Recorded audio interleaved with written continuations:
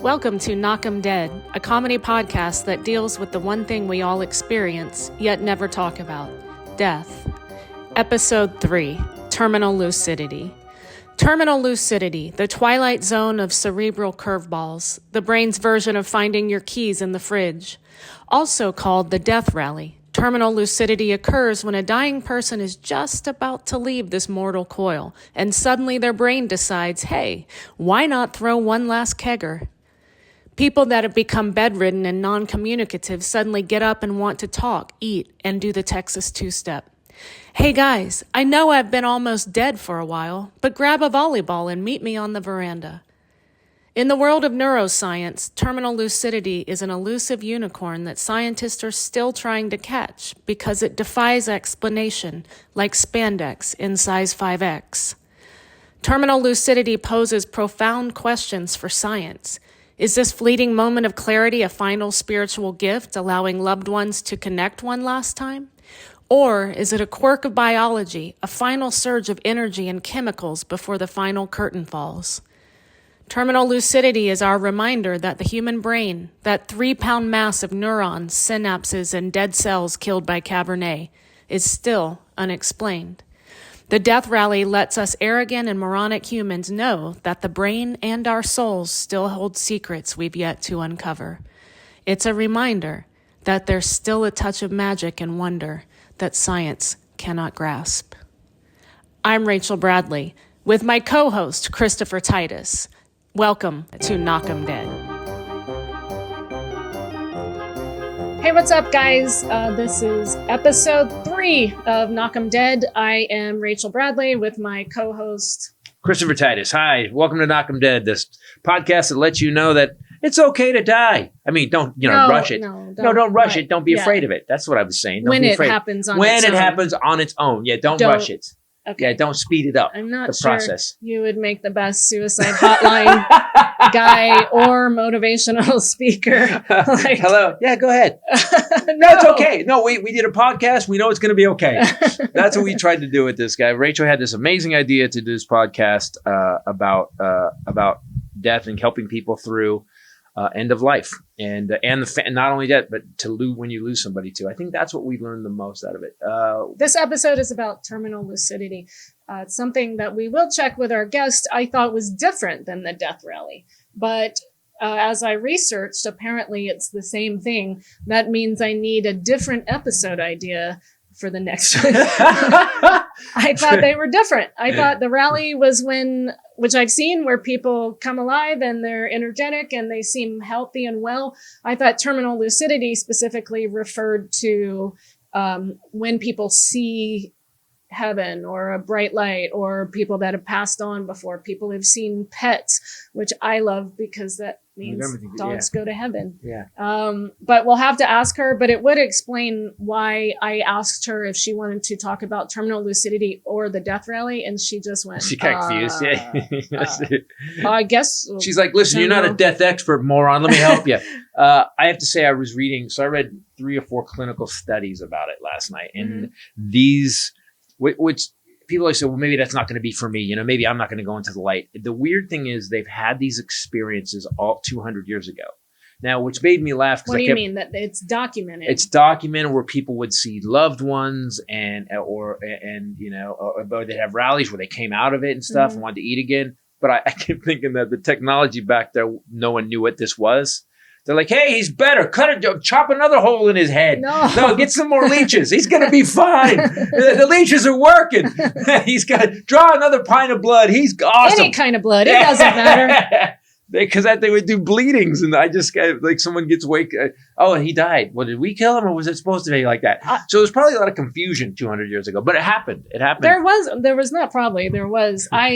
I know something's wrong with me because I am fascinated by death, like not in a way like, ooh, I want to do that. Yeah, not a goth girl. Yeah. No, but I loved that show, The Nick. Do you remember that? I loved it. We watched it all the time. It was so good, and it was set in this Knickerbocker hospital.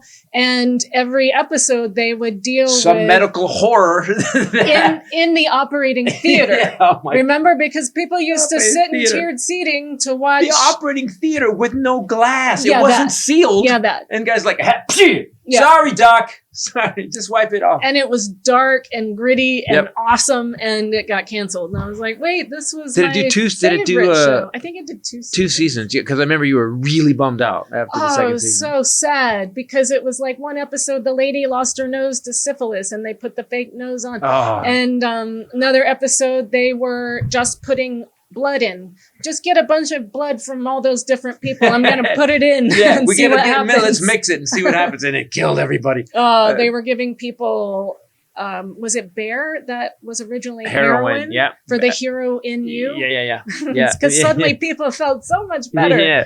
Hey, it's getting better. Whee! I think I can fly.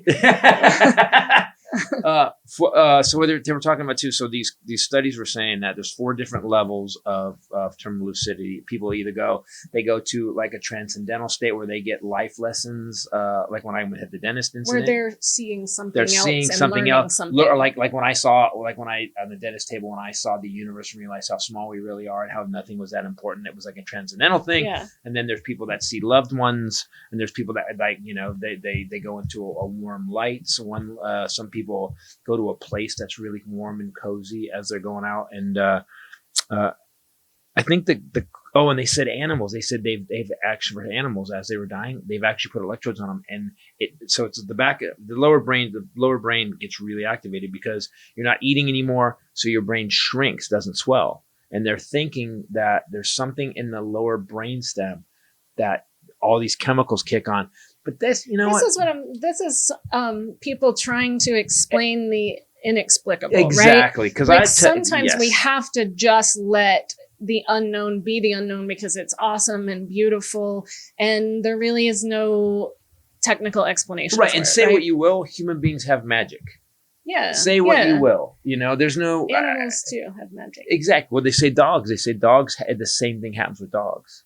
They've tested that this part of the brain just reacts.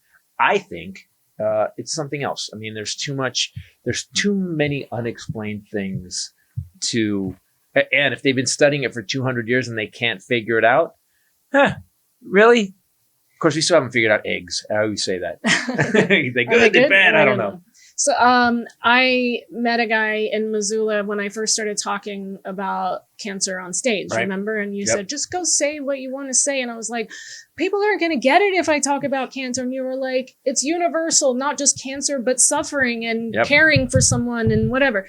And tell your story and people won't have your story. Enough, it's been really amazing. But this guy that worked at the theater came up to me after, and he said that his mom died of colon cancer, and that's one thing about doing the show. I hear a lot of stories after the show. And he said that his mom, it typically happens when people have been unresponsive and nonverbal for a period of time. That's what I saw with my mom. Yeah, you think they're done. They're faded. Yeah. Yeah, so it's even more of a surprise. Right. And even happens with Alzheimer's and dementia patients. But he said that his mom was bad and had not spoken for some time. And she got up that evening, got out of bed, had been bedridden. Wow. And said, hey guys, get me a burger from whatever the place up the street was. That was her favorite place. Hadn't eaten for weeks, and sat in the living room and ate and talked to the family and died that night. I mean, I hope I go out like that one last show. Oh God, you what would happened? too. Titus drove to the Improv. He was in the bed. He drove to the Improv. Did 5 minutes. Very good set, by the way. It was a big bit about Jesus, weirdly enough. And then he got off stage. He signed some autographs, sold 2 T-shirts. I was gonna say he sold some merch, and then he went home and died. I'm fine with Hey, do you that. guys have a square reader? Because I forgot mine. I've been in bed for a few weeks. It's not in my gown. I didn't put it in my gown. You would. You'd take selfies and sell some merch. Yes. You'd want to hear what people thought about your set. Yes. I think I would probably just want to be with family at home, but that's probably, no, you're not. You are so not. You say all the time that you want to go out, like, was it Dick Shawn? Dick Shawn. I will say this. I love that is my family. Oh, you got to remember, with my family, you know about my family. The audience has been my family for so long. That's very true. So long. And not all of them I like. Not all of them. There's a lot of weird uncles. And some aunts that I could do without. Don't come to the show. There are a couple of those that are kind of scary. I will say, I have been, yes, yes. We get emails from people sometimes that are in the mental hospital. Is that where that one came from? Yes, we had emailing. Could you guys stop if you work in the hospital or on the psych ward? Don't give them Wi-Fi. Take and away don't let the them go to my password. Contact page. Don't let them go to my contact page. Ken's got to read these too. We get the Highlander going, hey, I got a weird email. So when I was reading about it, they said that terminal lucidity, also called the rally. No wonder our guest today was confused with me. Yeah. How much research did she do? Wow. I think this is going to be a problem with this podcast because we're talking to really brilliant people. And we're learning it, yeah. And I'm a moron. Not. Yeah, exactly. So we're like, we wrote fart jokes last week that made us laugh. They have evidence found in medical papers as far back as the 1700s. Oh, wow. But we still don't know much about it. That's what this scientific website says. So they've been studying it. But that's what I was reading. Years. But that leans towards what you said. There's something extra that we don't know and may never know, because if they've been studying it since 1700 with all the technology we have, if we still can't figure out why.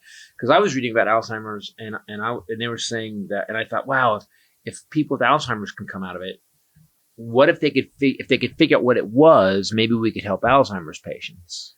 Right. But if they can't figure out what it is, maybe there's a magic we don't know. Well, so part of the problem, though, I think, is maybe, using people in the end of life to study. It's like it might be an ethical issue. Yeah. I'd like to take some samples. I'm dying over here. You would have to volunteer in advance. Yeah. And would you volunteer? I would, 100%. You're dying, you're in the end of life, and they get to study you like a guinea pig. I'd be fine. I'd be crying. Yeah, I would be. At that point, from what I've seen with the people that in our life that have gone, that you're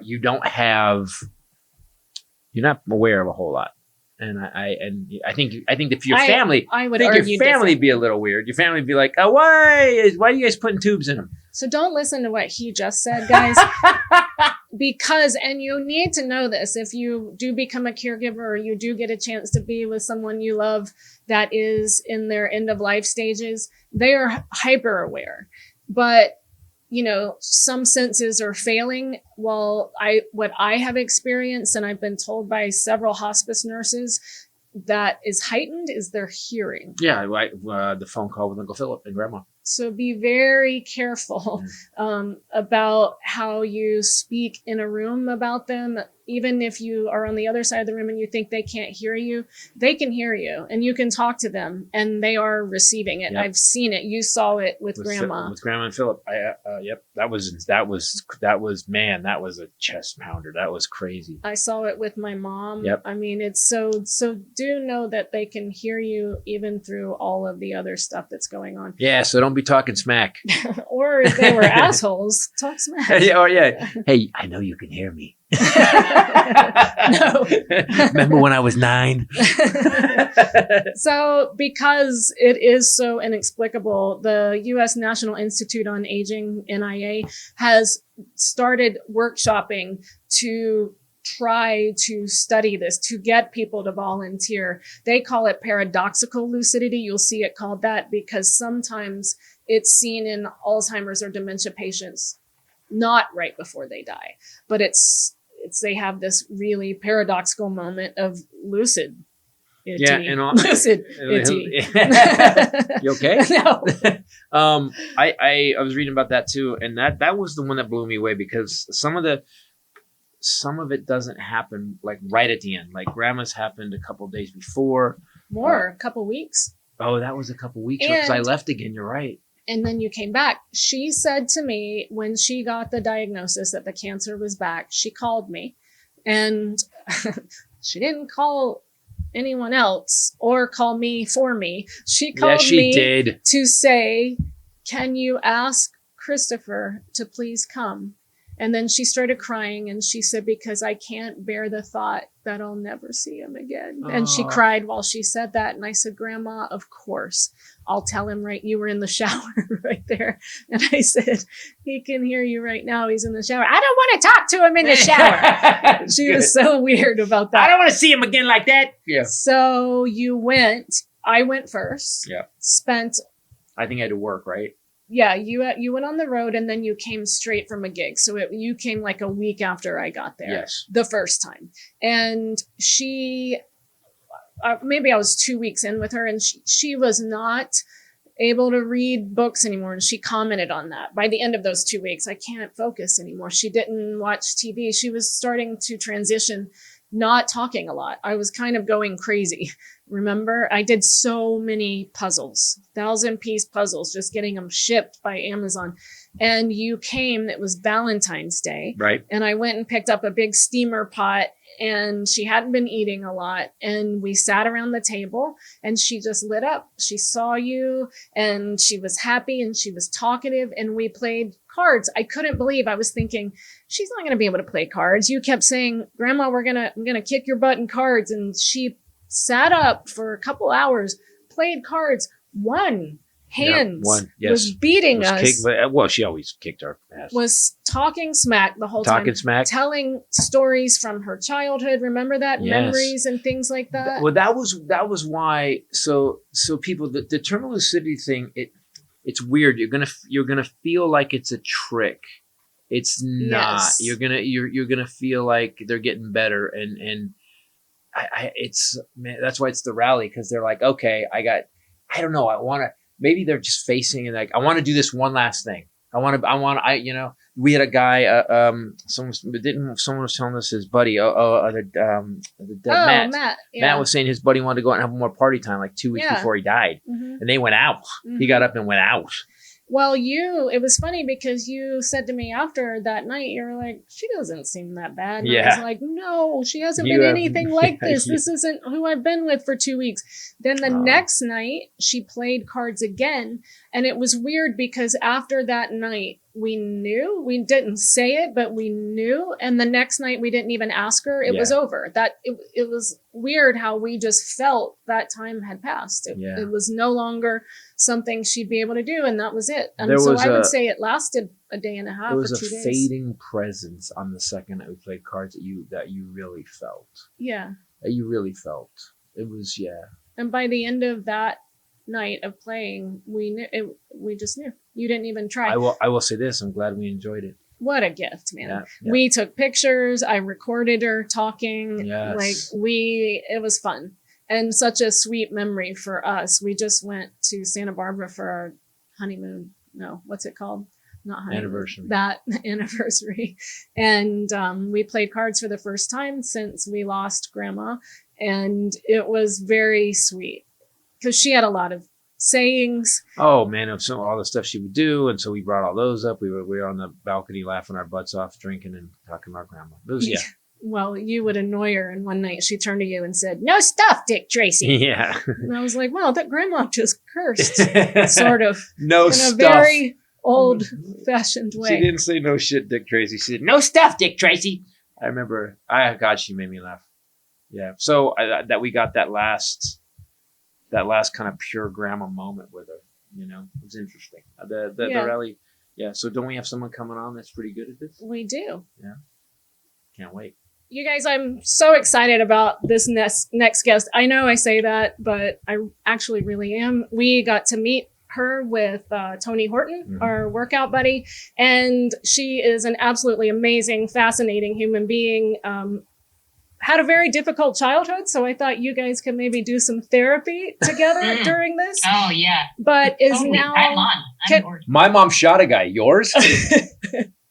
Oh, no, it was a little bit worse than that, actually. Oh, we're going to get to that. Oh, my God. Oh, you win. Because I made a career out of talking about my horrible childhood. I mean, a little more disgusting. Let's just put it that way. Oh, Well, now we have to know. no. So this amazing human being at age 60 is not only a hospice nurse practitioner. I'm sorry, 60? I know everybody right now is going. I'm sorry, what? "Nuh-uh." Yeah, 60. She Holy- is also a doctor of nursing. So she got her terminal degree in nursing. It's the highest academic degree you can receive in nursing. Would you like to be called Dr. Nurse? Dr. Nurse, can I talk to you for a second? It's all good, whatever you want to call Let me it. get to her name. Also, fitness madwoman. That's how Yep. we met Dr. Teri. She's about to do a bodybuilding competition in Virginia. So we have a lot Wow. to talk about. This is Dr. Teri Selstrom. Yay! Thanks for being on the podcast, Thank you. Kate. I feel like that was the most multi-layered intro we've ever had. That was the best intro, yeah. for someone, That was best because this is someone who obviously is up to a lot of big things. And wants everybody to know. So we were going to make sure everybody knows. Why not? Yeah, why not? Doesn't Tony do that kind of stuff? you Tony earned does it. that kind of stuff. You earned it, for God's sake. I earned it. That's right. I did. My sister got her doctorate a few years ago and started demanding that her nieces and nephew call her Dr. Shay now. Oh, is that right? She- Oh, yeah. I don't care. Yeah. Oh, you don't? That Okay. doesn't matter. So can you tell us a little bit about what you do specifically Yeah. in your career? Yeah. I work hospice. I've been there. I think I've worked hospice for a total of like 12 years. Wow. Recently, as my role now as a nurse practitioner, it's been 6 years. And I do recertification visits for hospice patients. So when a patient is on hospice for 6 months, I go in and do a recertification visit. It has to be done by a practitioner, doctor, nurse practitioner, PA. And I go in and make sure that they're still meeting Medicare guidelines because, of course, we have to meet Medicare guidelines to keep them on hospice. So, like, say they're on for cancer, and we want to know if the cancer's gotten worse, and how we determine that is have they lost weight? Are they eating less? Are they sleeping more? How much more pain are they having? How much has their pain medication went up? Dosages and frequency and stuff like that. So that's basically my role. I also, sign orders, and I'm kind of over 2 offices. So it's Thurston and Lewis counties where I'm at. And so I'm kind of overseeing a lot of different nurses, a lot of different personalities too. I'll bet That's always fun. I also bet you've seen a lot of stuff when you go. Some people are like over. When Ray was helping her mom, they were worried they were going to OD her. And Ray's like, "What are you talking about?" And then there's other people that are probably not caring for the piece. I mean, you've probably seen across the spectrum of how people are taken care of at the end of life.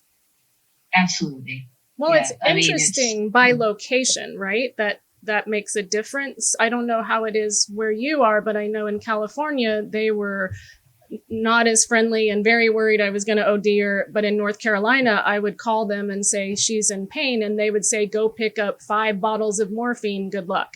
Right. Yeah. No, I don't think it's area so much as it is patient. Like, let's say they're in a facility. Some of the facilities have a problem with administering morphine or lorazepam to keep a patient comfortable. They feel like they're going to be the ones to kill them. So it's a lot of teaching and letting them know, no, this is what they need right now. You're not going to kill them. Yeah. Their disease is killing them. So in those kind of situations, yes, the caregivers are worried. As far as home, we get that a little bit, but it's so exhausting for caregivers when they're with the patient 24/7. And they see the patient suffering. I mean, you have experience with that, right? Yes. They see the patient suffering, and they know that, in order to get this patient comfortable, they're going to listen to what we have to tell them. And because we have the experience, okay, you need to give this, you need to give this much, you need to give this often, those kind of things. So you see that a lot with caregivers. I had both my mom and my grandmother at home because that's what they both asked for. Mm-hmm. And it's interesting too, because you have family dynamics. And so I had family members who were like, no, we can't give her all that morphine. We want her to be awake and talk to us. And what if she has something to say? Or and you have to really force that issue, because what's most important at the end of life is their comfort. And without that, especially my mom had pancreatic cancer, they're suffering as their organs shut down, right? Very painful disease. It's also a good point to make to everybody watching or listening right now that maybe you should talk to them before they get sick. Yeah. Why don't you spend some time with your people and really get to know them, so then you can just hold their hand and smile because you know them so well. My dad and I were so tight at the end when he went. The only people that had regret and weirdness were the people that didn't spend the time to get to know him and really become his friend. And it was so people, there's a little update. Don't wait till the end. Wait, let her finish talking. She's in a lot of pain. Don't do That's that. a good point. I didn't think about that. Also, for anyone listening, I'm putting this out there. Please give me as much morphine as allowed, please. And lorazepam. Noted. Haldol. Rachel, I'll come and take care of you. Thank you. You heard it here. Dr. Teri. So this episode, you and I spoke a little bit. We are talking about terminal lucidity. And I have always, you can help me out with this. I have always heard about the death rally and thinking that was the thing that I've seen where they come alive and they chat and they get hungry and people think they're getting better, versus terminal lucidity, which is where I thought I've also seen where they see dead loved ones waiting for them, dead pets, things like that. But when I looked online, it seemed like they were the same thing. Yes. Okay. They are basically the same thing. You're right. Okay. Yeah. I read a thing last night. I couldn't sleep because I was thinking about this. There's 4 different levels. Like some people go to they get insight into life. Some people go see dead relatives. Some people go into a light. They have a feeling of peace. There's 4 different things, but it's all the same. It's all the same thing, right? It is. Yeah. And some people come way out. Some people come way out, and some people come a little bit out, right? Right. Yeah. It's visions. I mean, visions are different for everybody before, they pass. And sometimes you'll see like terminal lucidity. They wake up, right? And they're hungry. They want to talk to somebody that they haven't talked to in a while. And basically what they're trying to do is finish unfinished business. And sometimes I've heard stories where they ask to see somebody. So the person that they're talking to goes, like they're a family member, like say it's his daughter. She goes and gets the person, and then he died. And a lot of that is because they want to die alone. They don't want somebody hanging around. So I see that a lot. Really? But the last practical joke, basically, before you die, is like, go get Bob. It's going to be really touching. That's interesting that you say this because I don't think I've ever shared this on our other podcast or this one, but something that I have been really left with after my mom, and it upsets me even now, is that we knew she was going. There are certain things that start happening and that the person is passing away. I laid on her stomach all day next to her bed, and I had my head on her stomach all day. At 12:30 in the morning, finally, I decided to go to bed right next to her. And within the next 12 minutes, she passed away. And that has killed me forever that, I wasn't there for her. I left her alone to die alone. You can release that, Rachel. Amen. Release that because she wanted it that way. We talked about this too. I said she probably didn't want to die with you laying. Mom would have been like, "No, you need to go to sleep, baby. Go to sleep, and I'll deal with this." I didn't know this was going to be therapy for me. Thank God, Teri. Thank you. I'm glad I can be your therapist too, Rachel. That's great. She's going to be everything for me. So tell me a little bit, because you said that you could define it better for us, and maybe what you think causes terminal lucidity or what's behind that. Yeah. Well, a lot of it is people with neurological illnesses, like say dementia. Yeah. I don't know what your mom died from. Was it cancer? Pancreatic, yeah. Okay, pancreatic cancer. Did it spread to her brain at all? Because it'll happen with brain cancer.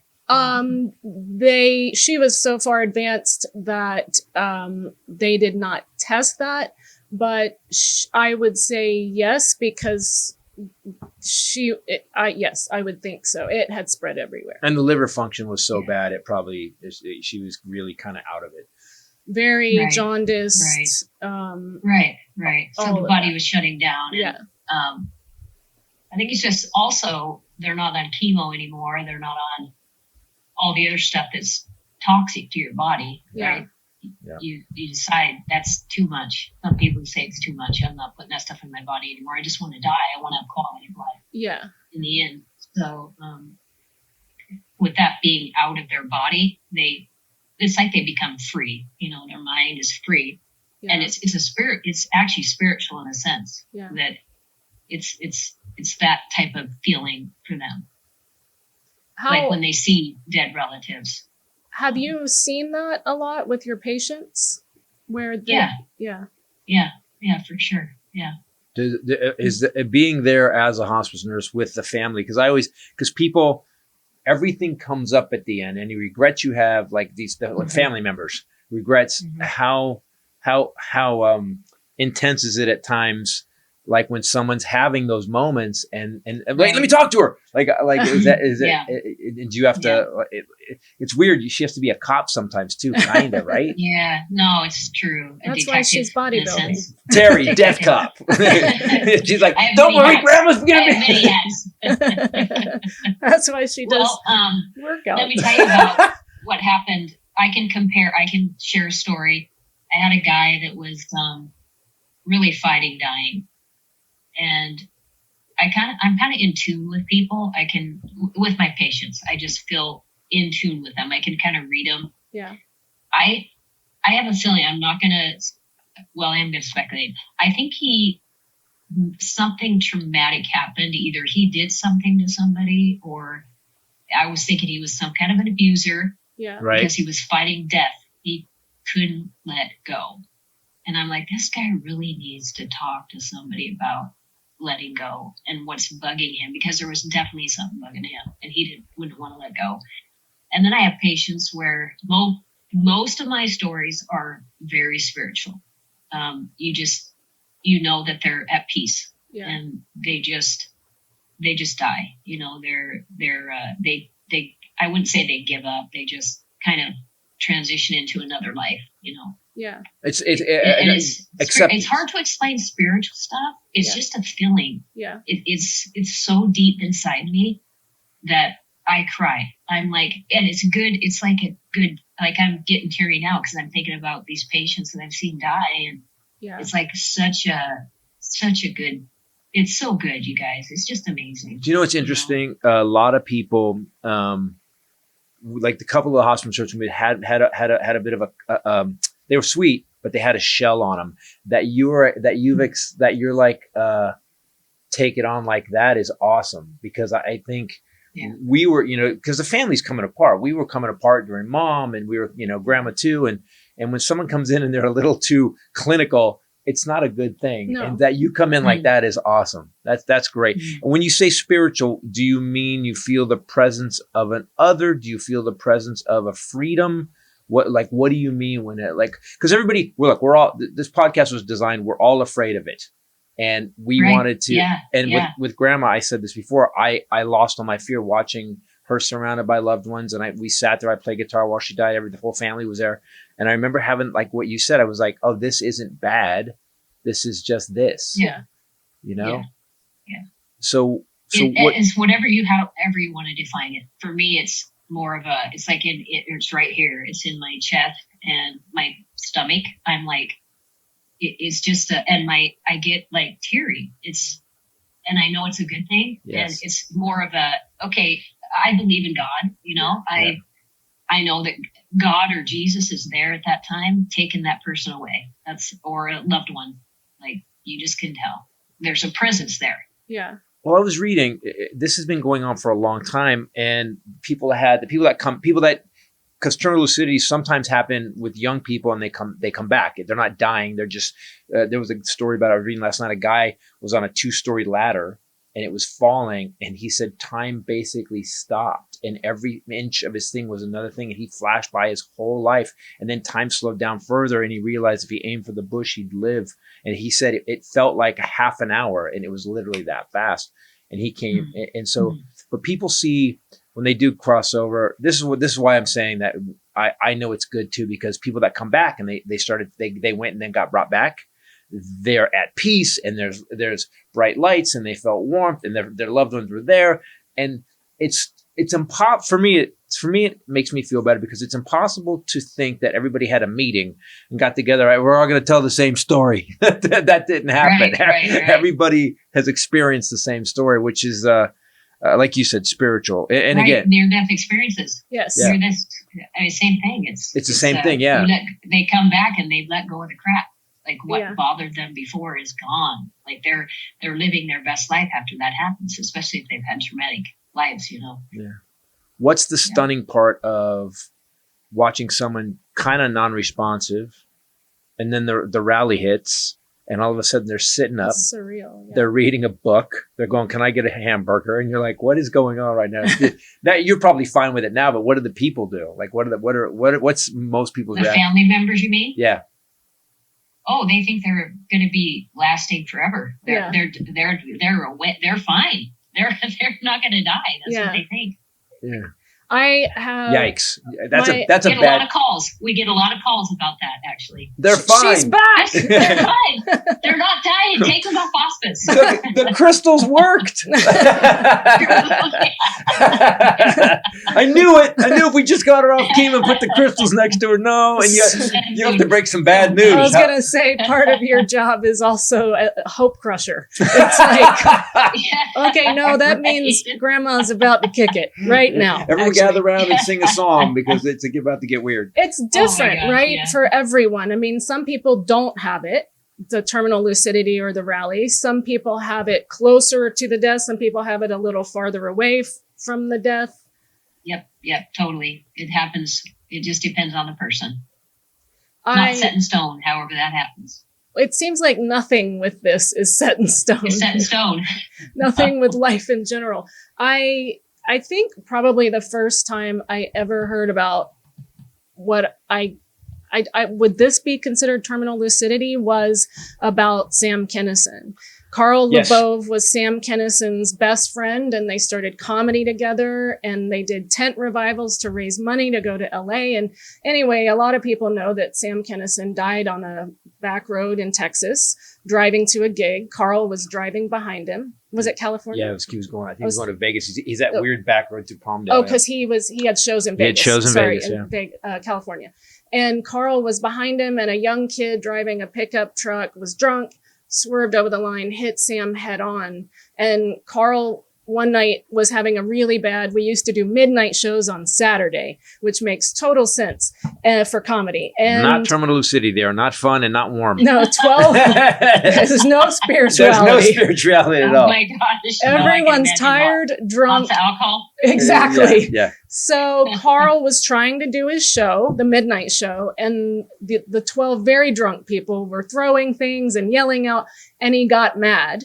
And I watched the most amazing set I've ever seen. He starts to tell this story, but he doesn't say it's Sam Kinison. And he says that he gets out of the car and he gets and scoops Sam up, and he's holding him. And he said, Sam is thrashing and crying and screaming, no, you have to stop it. Please help me. Somebody help me. And he said, all of a sudden, he looked up and went completely still and calm and said, oh, okay. Okay. Yeah. It's Oh. okay. Yeah. And he passed away like that. And then Carl said, there, you, to the audience, you fucked me, now I fucked you, and dropped the mic and walked off stage. He ended on that. He ended on a bunch of drunk people going, what just happened? They got up and left quietly. But we talked. That happens. They see, that type of thing. It's the visions before you die. They either see Jesus or because there's a guy that was not religious at all. And his wife was sitting by him. He's looking up and he's going, he's talking to Jesus. And she goes, well, who are you talking to? I'm talking to Jesus. Wow. And he goes, well, what's Jesus saying? Well, he's just guiding me through this process. And I said, And I'm like, oh my gosh, it's either Jesus, they're reaching. Also, you'll see people reaching, and they're like, it's like a loved one. There was a person that, was talking about a loved one and his dog that had died. Both the wife and the dog came to get them, came to get the patient, the hospice patient, and going to, I'm taking you to heaven now, or whatever they would say. I'm taking you now. It's time to leave. Time to go home. Wow. That's what happened with my grandma. I was on the phone. She told me this story. Go ahead. Tell the story. It was March in North Carolina. It was very cold and rainy, and grandma had mostly been quiet. She was nearing the end, not speaking a lot, but she wanted to sit on the swing on the back porch. That was her favorite place where we'd have our coffee. And so my sister and I bundled her up. I have pictures of it. I mean, she's bundled in blankets, and I'm in a blanket and a hat and Uggs. And she wanted to sit out there. And so I lit candles out there because it was dark. And I started playing Keith Whitley, which was her and my grandfather's album. They used to listen to it driving around town on Fridays. And all of a sudden, her head's back, and she sits up so surprised and so happy at the back screen door and goes, "Hey," like just lit up. He passed 12 years before. And I said, "Grandma, who is it? Who is it?" And she turned to look at me and she said, "It's your papa. It's Bobby. He's come to take me home." Was what she said. "He's come to take me home." And then she looked at me a long time, and I think she realized the two worlds didn't match up. And you had this look on your face. No. What? Yeah. And then also, why isn't mom there? Can't you guys get along even now? And then she goes, "Oh, wait, okay, maybe, am I confused?" And then she laid her head back down, and she passed away within 48 hours of that. But I always thought it was interesting that he was coming to take her home, not coming to get me, but home. Take her home. Yes. How did you take that experience? How were you processing that? I think comforted. Yeah. Heartbroken. Cool. Yeah. But comforted that I believe in an afterlife. I believe in God as well. And I sometimes in this world think it's nice to get some tangible evidence of it from time to time. So I just felt comforted. Like, he is there. She is. It's not just a thing we say. She did see him, and she's going to go be with him now, Mm-hmm. Mm-hmm. But again, we're back to this happens over and over. Like, these stories, like, people have these stories. It's they're doing studies on it, and they were doing studies on Alzheimer's too, saying that Alzheimer's patients will be totally out, hit the eternal lucidity, and sit up and start talking, remember everything, talk to everybody, and then go out again. And that's interesting, because I think if they could figure it out, this has been going on for 200, they have reports back 200 years. What I think is, God, it would be amazing if they still don't know what it really is, though. Right. They still don't know what your brain is doing to open those pathways, those neural pathways and imagine if we could figure that out, what we could do for Alzheimer's patients. Well, that's the most impactful too with Alzheimer's patients. Yes. They're definitely not with it at all before they, when they're on Earth, before they die. They're like, so that is interesting. Yeah. So I always thought that if they could, when I was reading last night, I was thinking, if they could figure out but they've been studying it, they can't figure it out. That's where it's most common, right? But it's also weird to go, "Hey, look, we know you're dying. Can we hook some electrodes to you and then maybe do some testing while you're going out? Hey, family, don't bother. No, we're just going to put some tubes." It is pretty common with Alzheimer's and dementia and those types of things. Yeah. That's interesting. Like what? Like, I can't even fathom what part of the brain it is. So you have spiritual. That's what it is. It goes That's somewhere what I'm different. thinking. Hey, So seriously, that's what's coming to my head. Yep. Someone who doesn't know who you are, where they are.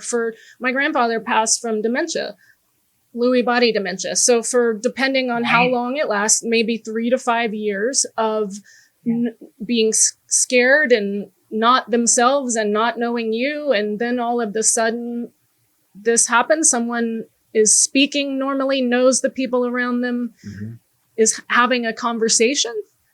Yes. Yeah. I read Definitely that happens. Yeah. Wow. There was a It's guy. cool. It's very cool, actually. A guy stood up and goes, and they were getting him cake. He was a diabetic, and they'd been giving him milkshakes, and someone said, hey, he's got diabetes, and the nurse goes, yeah, we're past that now, and she gave him the milkshake, and then the next day or 2 days later, because he was kind of non-responsive, that he was just kind of, and then 2 days later they wake up to him being up. And they handed him a milkshake, and he goes, "I can't have this. I have diabetes." Like he was on his game, and like it was like, "Wait, how do you know you don't even know your name?" And Janet, of course I know my name. And he was like the old dad. So, Dr. Teri, you've seen this with Alzheimer's and dementia patients? Yeah. It's impactful when it happens. Wow. It's got to be spiritual. Gotta be something guiding it. I would guess even more impactful with those types of patients. I mean, I could imagine how it would be completely. Yeah, he'd be like, how do family members react? Like, do you have someone that's like, no, tell us where the money's buried. What's your bank? We need the combination. Bank passcode, peepaw. Yeah, they're trying to get their deepest at that point. Who is my real father, Mom? Your father. Did you have an affair with the milkman? Right, exactly. I mean, guys, get your questions. I don't look like Dad. No, get your questions ready now, is what I'm saying. Make a list before it gets close. What have you seen? How do you see this unfold and people reacting? They're shocked. I mean, they're shocked, and they think that their family member has resurrected. They're resurrected. Yeah. Thanks for that word. So I knew where you were going, Teri. So, and then the people pass away not long after that. Yes. Yeah, not long after that is right. Wow. Again, to the family, it feels like a practical joke. But what I really love about this, and the more I read about it, I really love that it gives you another reason to not be afraid of death, because you're stepping into love, man. Everybody says, man, everybody who came back and they were saying like they're so peaceful, and some people said no. One guy said, I know where I'm going, I'm fine. Yeah, that's what my grandma said. Yeah, grandma was like that, and that you do this is that you. I love that you love it. I love that it's not some people treat it like a job, and you treat it like a calling. Oh, I do. In fact, it's funny because I was working family practice before I obtained this position. The family practice I was doing, I was working one day, and I go up to the desk, and there's a couple of gals up there, and I said, well, who are these gals? And they said, oh, these gals are from hospice. And I said, hospice? I go, I would love to work hospice. And they said, well, guess what? There's a position open. And I said, are you kidding? So I applied, got the job. I said, this was so God-led for me, because he knows where my heart is. It's always been in the hospice. So I feel it's a calling. Yes. So you don't seem to be left with the sad side of it, or the jaded, bitter side of it. Is that correct? No. So I have had a couple of patients that I've gotten attached to, really attached to, because if they're on for 5 years, I've seen them every two months, and more frequently in the end, if they need something and I need to go and help. I get attached to certain people. They remind me either of grandma or, aunt or whoever. And when I get attached, that's when it's hard for me. Yeah. Then I go back. I have to do some personal work on myself. I'm in therapy, so constantly working on myself. You just have to do it.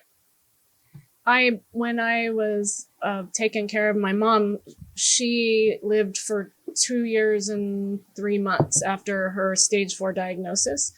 And it was weird because that became my world. Chemo every week. So I became friends with the the chemo people. And right. They actually transformed chemo. You just be honest. You transformed the whole. It was like it became like people wanted a to party. Yeah, on Tuesday, people were like, "Can I book Tuesday?" Because Ray and her mom are Fun. coming, and they would. We took snacks. I can see that. I can see that. I take comedy DVDs. DVDs is already outdated. Yeah. And put a big basket together for people to take DVDs or take snacks. And It my was mom, way back in the 2010s. Yeah, exactly. And so everybody We was were trying. kids. Yeah. Everyone was trying to book Tuesday at 11 a.m. But it was weird because everyone around me that was in my world in those 2+ years was dying. And I don't think I could do what you do because it became very overwhelming. At one point, my mom said, "I think you have compassion fatigue." Yeah. And I, Yeah. And that's why you're it's a sitting real there. thing. It's a real thing. It's like the emotional X Games. You're just full in all the time, man. It's interesting. Yeah. It definitely can set in for sure. The word I hero think- is not too big. I think the word hero is not too big. No, I like that word. Yeah, there you go. But my fitness. If I didn't have fitness, yeah. I Yeah. would be a mess. Yeah. Total mess. It's so important to me. You are competing next month. Are you Yeah, September 23rd. bodybuilding division? Yeah. Yep. That's a tough division. It's a show that I decided to do a week ago. Wow. Wow. I'm in the process of leaning down right now, so very little carbs. Chicken weights, and broccoli. Yep. Ray did too. She did the Excalibur twice. Yeah. Serious, awesome. Oh my gosh. I know the value of a tablespoon of almond butter. I would Or like just some nuts, little Oh. nuts. oh god, I would just And each stand. one you savor, right? Yes, Like and savor each Shoot, one. I could have 11 raw almonds, and I would stand Oh, and actually bite them off and chew a little at a time. Like I would punch I a get baby for bread. It was at the end Oh my gosh. when I'm craving ice cream. Heck Oh. with bread. I want some ice cream, man. it gets more pathetic as it gets closer, where you would just do anything Oh. for a cashew, but in the Oh, beginning, yeah. Is this your first? Is this your first one? First show. So when I was 35, I Right. was going to compete. And my son, I know this is going off topic, but it kind of relates. That's fine, yeah. My son got bacterial meningitis when he was 7. And I had 3 jobs, and I was going to compete. The day I was posing, I was practicing posing with a gal. yeah. Found out Dakin had bacterial meningitis, and he almost died. Wow. And so I said, F this. It's just one job and my kids. And that's when I decided. And I haven't. It's been on the back burner since. So. Well, the way you look, I'm sure you're gonna kill it. Yeah, I think Kill it. you'll That's, be- that's I awesome. hope so. I hope so. But also line up Cheesecake Factory right after, because there will be Okay. a run. All right, on as the witness, I have to give you a warning. So Ray posed, did it. I think she placed 6th in that one, and then overall, and it's LA too. Then we get in. She goes, "Let's go." We get, first of all, she's eating peanut butter cups. There was a girl backstage, and so once it was over. By the way, here's what I'll say about bodybuilding. I've never seen a room full of naked people be so unsexy in my life. It's just like, there's nothing about it that you're like, all right. You're like, okay, that's nice. So we get in the car, we haul ass because it's late. We're going to miss Cheesecake Factory. We get to Cheesecake Factory. She orders a sampler plate. And I think you did. You had terminal lucidity. I would say at one point you were seeing spirits because she was like, "Brah!" And then she vomited in the parking lot. I was so Oh, no, sick. You did. Yo, You did? yeah, you Oh, can't no. eat clean like that for 3 months and then all of a sudden just stuff your body with Cheesecake Ooh. Factory. Yeah. Our first guest that I told you we had was Dr. Eben Alexander, who wrote Proof of Heaven, and that's what he had was bacterial meningitis when he went into a coma for a little over a week and went on that journey that he wrote the book about heaven. Wow. Yeah. Dakin was on life support for 10 days. Yeah. Wow. At 7? Yeah, so at 7 years old. Yeah. How did he get it? I think at school. Yeah, I'm not it's sure. a petri dish. It's a petri dish of nightmare. Petri dish. Yeah. Yeah, you send little And I kids. lost a baby before that. So I've got quite a story. I need to write a book. Yes. Can we? I I lost know. a baby Yeah. Also off topic, but what did your mother do? Was it your mother or your father? Dead. She said worse than killing people. Oh yeah, we're talking. Okay, so is it something I can say on air? Yeah, here's what we relate. So my mom shot and killed her third husband. My dad got divorced 6 times. Both were raging alcoholics. I used to fist fight my dad in the kitchen. Go, your turn. Did you say she attempted to kill people? Dad left us at 4, but it was because my mother was psychotic. She manic depressive schizophrenic. My mom manic. Sexually abused me, and my stepfather sexually abused me. It was bad. Did you have siblings? Yep. You did. Yeah. That's why I'm in therapy, to deal with all this stuff, because right now it's been hitting it. It's going through a divorce, so that's my story. Life divorce right now it's interesting with grief. It made me think of it when you said that, like that with grief. I think over anything, like with how you were treated as a child, grief of losing someone, it is a roller coaster, and sometimes it comes out of nowhere and hits you even worse than the first time through. I mean, it's like and I could see going through a divorce, how that would bring a lot of other pain up, just to give dealing with stuff, so you're not attracting toxic people. Right. Because there's a reason I'm attracted to toxic people. Right. There's a reason, and I need to fix that. So. Yeah. Well, you don't need to be fixed. By the way, you're pretty damn good. I don't think you need to be fixed. You just need to adjust what you allow in your life. There's a special I did called Love is Evil, and I have thousands of letters where it's LOVE is EVO. It's on my YouTube channel. Okay. It's all about my divorce and meeting somebody great. You'll laugh your ass off. I have thousands of letters where people go, thank you for that. I had people say, I took the gun out of my mouth when I started watching this. Thank you. My wife had left me. Literally. People, I have thousands. And I always try to write, being friends with Tony, we're all up to something. Right. And so in Ray too, with the story, so Love is Evil on my YouTube channel, I put it up. Look at it. It aired on Comedy Central, but you will honestly have a little glass. You can't have a glass of wine. But have your 3 ounces of chicken and your broccoli spear or whatever, and then watch That's it. Funny. You'll laugh. Guys, this episode today is brought to you by HelloFresh. Yes, our very first advertiser on this podcast. We know and love HelloFresh because of our other podcasts. Yep. We have 2 podcasts. Yes, we do. This company, you have a podcast. I have a podcast. So this company, if you haven't tried HelloFresh yet, you have to come out from under that rock, because this is life simplification. That's what I think of it as. But let's say life cooking education. Yeah, but let's also take the convenience out. Let's go as convenient as yes. But there's so many things you can buy for food that's convenient. This, stunningly good every time. What did you just make? You just made something recently that. Oh my gosh! Those hamburgers, those lettuce leaf taco hamburgers. Oh my god! Lettuce leaf cheeseburger. With crispy onions in them. Yeah, it was really stupid. I'm actually having So if you don't know what HelloFresh is, you get farm fresh, pre-portioned ingredients and seasonal recipes. It's delivered right to your door. You can go on their website, which is I don't recommend doing when you're hungry. Right. And you can pick your meals each week, or you can let them choose. And when they chose those lettuce leaf cheeseburger things. Good. Holy crap. Yep. You are never disappointed. It teaches you how to cook in a different way. I have become a full-time zester because of HelloFresh. But it comes with everything you need, all the seasoning and all the fresh vegetables. And it comes in it, gives you a menu. I mean a recipe or a card. You can actually look it up on your phone, or you have a card.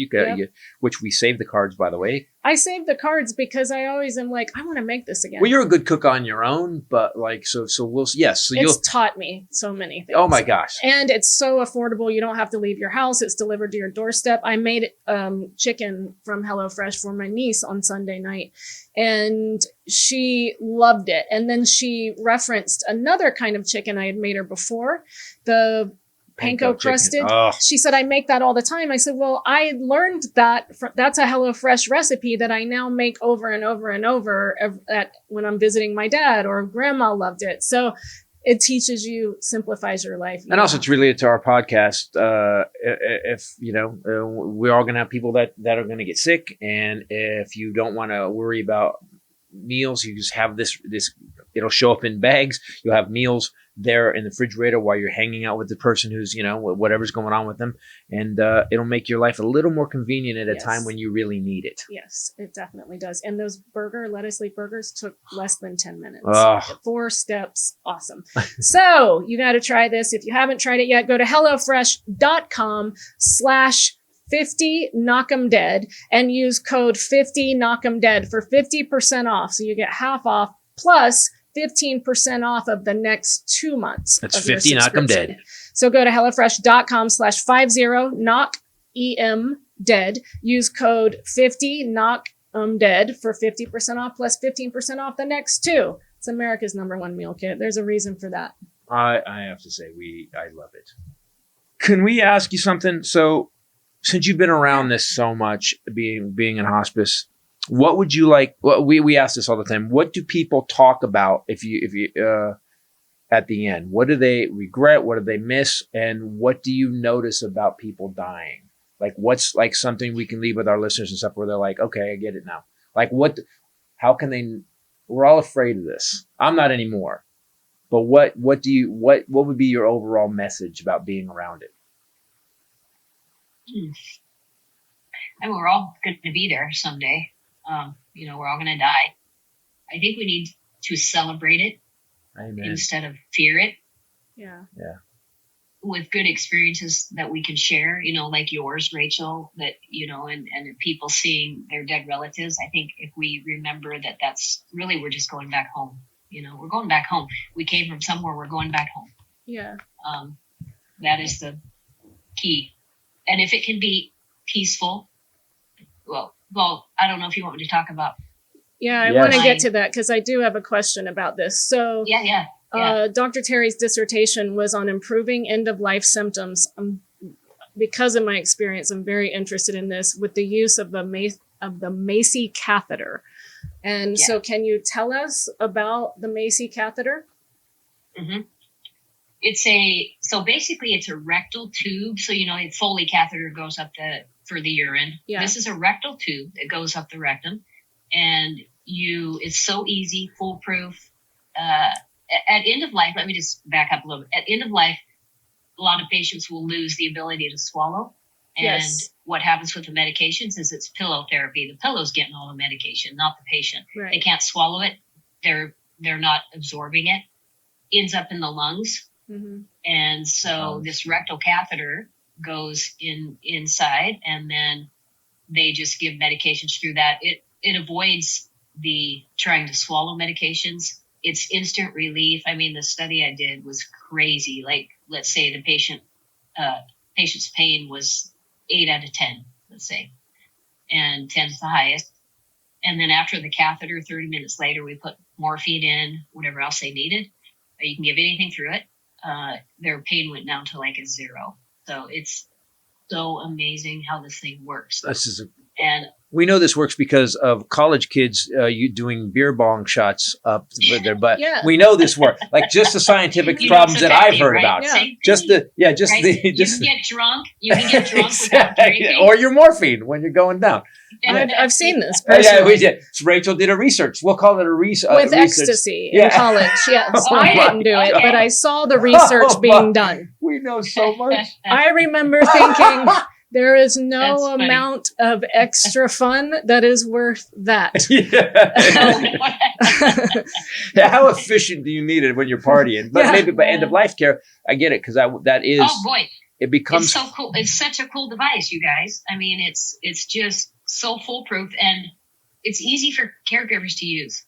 They just inject the medication. So much easier than giving stuff by mouth, and they're not even getting it, and they're not controlling the symptoms when they're giving it by mouth. It's not working. And you see it instant relief after it's done. I will say when somebody is at the very end, a lot of our listeners may not know this, but like for example, we got a comfort box for my grandma, and my uncle was reading the medications, and he goes, secretions, what is that? And I was like, you don't really want to know, but no. we'll talk about it when that time comes. Death rattle. It's called the death rattle. The death rattle, which my mom had for almost a week.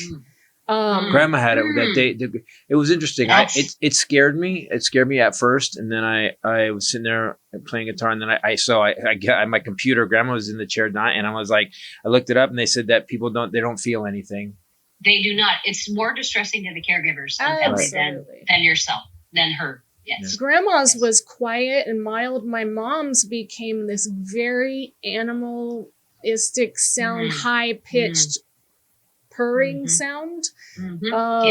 But grandma's was very quiet. So I had started giving her the sublingual morphine and things like that, but you can still tell that people are agitated, that I'm giving her everything liquid by mouth, but there's still agitation in the hands and in the brow, and so this is interesting because this catheter get rid of that. Yeah.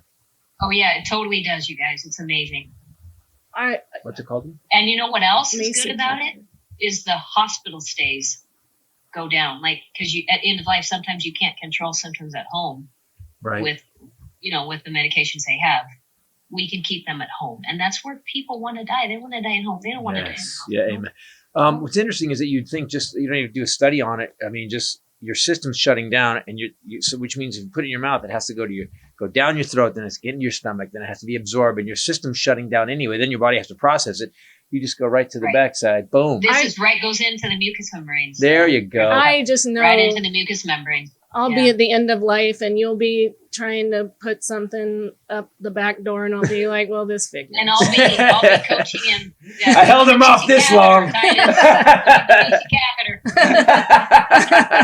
I feel like we're hanging out with Tony right now. It's like hanging out with Tony all of a sudden. So the hospice nurse would come in and insert this. You guys don't have to do this. How did this come about? Oh, how did the catheter get developed? The developed? Macy catheter, and why isn't everybody using it? Good question. So it's actually awareness, and there's a lot of fear around it because I don't want anything up my rectum. Are you serious? Right. No way. So it's a fear thing, and so part of my study was to introduce the catheter early, like on admission. I had cards, I had everything. It was a huge study, and then if I introduced it early, they had a chance to answer questions. And then when it got brought up towards the end of life, they were way more accepting of it. But it makes sense to me. It makes sense to me. I mean, again, your system's not working anyway, so go in direct. I get it, but it is hard to think about. Nope. Right. Rectal. Nope. I know. Put something on my butt. Let's go. And they don't feel it. They don't feel it. Right. I think it's more caregiver and family issues than the patient, honestly. Yeah, it's not like a shop vac hose. It's not like it's it's a very like medical nice thing. It's not. Give me a diameter. It's like, I don't know if you can see that. Okay, well that's like kind of a shop vac hose. It's tiny. And then you have to blow up this huge balloon to keep it in. Oh my God! I'm kidding. Then they bring the compressor in, but it works. No, it's medical. It's a small. Pop the balloon. Where's Tony? We need Tony right now. I would think you guys were just messing with me at that point. I'd be like, really, really. I'll take a little suffering. Just stay away from my butt. Yeah. Brad Macy was a nurse that developed it, and he used a Foley catheter in the beginning, and he said, oh my gosh, this works. Let's develop a rectal catheter. It really makes sense. Total sense. I mean, they're even using it in ERs for hydration. Like when someone comes in shock, right? You can't get an IV in them, they'll put a rectal catheter in to get them hydrated. So it's used more the hospice. All over it's used? Yeah, it's starting to get more used. It's just the awareness of it. Well, now the good news for me is I don't have to feel shame anymore. Now I have a reason. Oh, I don't know what we're talking about. That joke's dedicated to Tony Orton. That was the look that could kill. Like, okay, we could take that multiple ways. That was why I made that face, because I had one meeting and then I was like, oh. Okay, which way do we take that? This is our knowing him the worst way. This is my favorite podcast so far. This is my favorite podcast. The one about butt stuff. No. It's interesting that something that really hit me was when you said that a lot of times this terminal lucidity is related to unfinished business. How interesting. I guess, first of all, try and, like you said, do your business while you're Finish able. your business, right? Yeah. Yes. Yeah. Stay clean with people as much as possible. I told this last episode, my mom had my brother come get me, but she didn't pull the fake-a-rooski. I came back and she was not able to speak anymore. Her jaw had released and her eyes had already started fixing, and she came alive, and it really had to fight to get the words out to say best friend. And then I went to sleep. I woke up in the morning. It was still going on. She was chattery, but not able to form words, but communicated that what's for breakfast.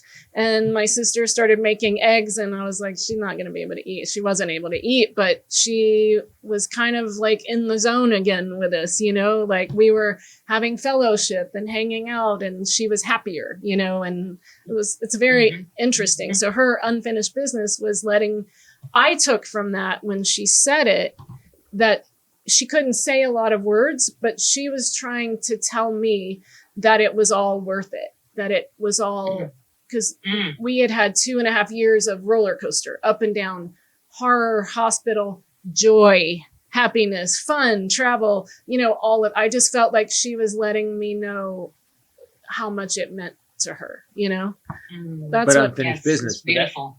But wasn't it? So people, when this is going on in your life, and you're, and you make sure, Teri, don't.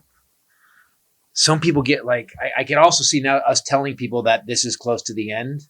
When it happens, if you're lucky enough to have the person come awake again and be energetic and recognize everybody, enjoy it. Don't be scared of the death part, because the death part, as Teri said, people are seeing people and they're going to a better place. And I think this is one of the things we want to get across, is that you don't need to, I'm a huge Prince fan. Prince had so many songs, so many lyrics in his songs that he was like, he wasn't afraid. And so just take that with you, that, it's going to be okay. Watching grandma go, I remember thinking, man, okay, if this is what it is. Okay. It was beautiful, kind of, in a weird, I thought hers happened a couple weeks prior. Is that possible? The rally, have you seen that? Yep, totally. Yep. Okay. She had been told that she was going, and she had become more and more quiet and more, starting to separate from the world, not able to watch TV, not able to read a book anymore, have conversation. And all she wanted was for him to come. And so he came and we played cards, and she was herself. She was able to focus. She was winning at cards. I thought, because I showed up that day, we played card that night, and I thought she was like, I didn't realize that 2 days earlier she was bedridden and immovable pretty much, and she was up at the kitchen table playing cards with us, and I was like, oh, this is awesome. She's all right. She's got some time left. And Ray was like, no. She has not been like that. Yeah. So enjoy it. I did. I really did. Any advice? And I think part of that too is that it's a time to enjoy them one last time. Yeah. Perfect. Any advice? So good job for you, Titus. Good job for you. Based on what you've seen, I just want to know, any advice for people that are before they get there? Like a person that's dying? Yeah. Well, I think we mentioned it earlier. Take care of your affairs. Yeah. Clean it up, man. Clean, guys. Clean up. The thing with and here's why. It's not It's not for them as much as it is. Yes, they'll be happier. It's for you. Here's why. My father, when he passed, him and I had become best friends. Now we used to fist fight in the kitchen. It was bad. But over the years, I'd recognized that without him being who he was, I mean, I'm a stand-up comedian. I'm not afraid of anything because of this man. And I really kind of switched my whole view of it. So him and I were tight. We were so tight. So when he died, I had zero regrets, except I was sad that he was gone. And there's other members, my brother, there's some people in my family that didn't get a chance to do that. And they carry it with them still. And this happened in 2001. Yeah. And they still, to this day, I can bring up my dad and they'll break. And I'm like, so guys, for you, everybody in your life, and by the way, all this other crap that's going on, politics, whatever you're arguing about, none of it matters. None of it matters. No. We had a death duel on, and he said the one thing people say is, the one thing almost everybody says, I wish I'd have spent more time with my family. I wish I had not worked as hard. You know, everybody says that. Exactly. So clean it up, people. Right, Teri? Yeah. We're like, we've become the Tony Robbins of death By the podcast. Way, it's very impossible that you're 60. It's impossible. Yes. We're watching you, and this is an OLED screen. This is a high definition screen. Yeah, it's crazy. You're amazing. No, I think it's exercise. Yeah, 100%. It's and eating healthy, and I've never smoked, never drank, all that stuff. It's all good. Oh, well, there you go. Well, you just ruined our day. Thanks for that.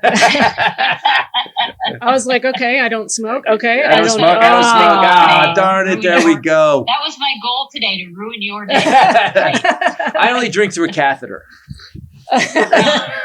You only drink through a catheter? Yeah, I don't want my teeth to turn blue from the wine. A Macy catheter. Yeah, Macy catheter, exactly. Macy catheter. Yep. Dr. Teri, thank you I'll so bring much. you one. No. It's all right. We don't need it yet. We're good. Just thank you, though. We might need it.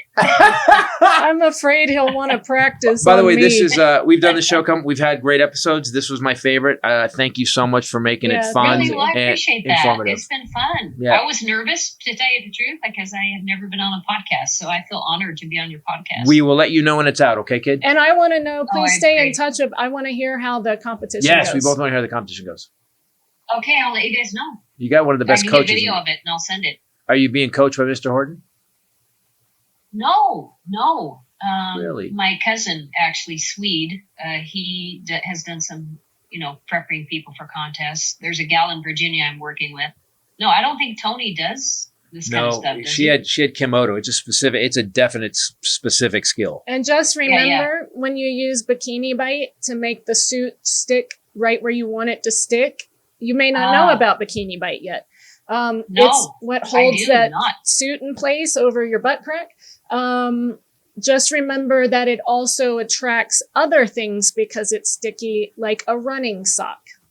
I'll just say, a running sock. I walked on stage for the morning posing with a little booty sock attached to my right butt cheek. And as I was walking out, the girl behind me goes, "Oh my God," and grabs me and rips it off. And I became hysterical. I was laughing so hard, but those girls they did not think it was funny. They thought it was very embarrassing. Serious? And oh my gosh, have a sense of humor. So please remember, Bikini Bite attracts lots of things. Okay. All right. Thanks, Teri, you so you're much. awesome. Bye-bye. Yeah, thanks, guys. You guys are great. You too, babe.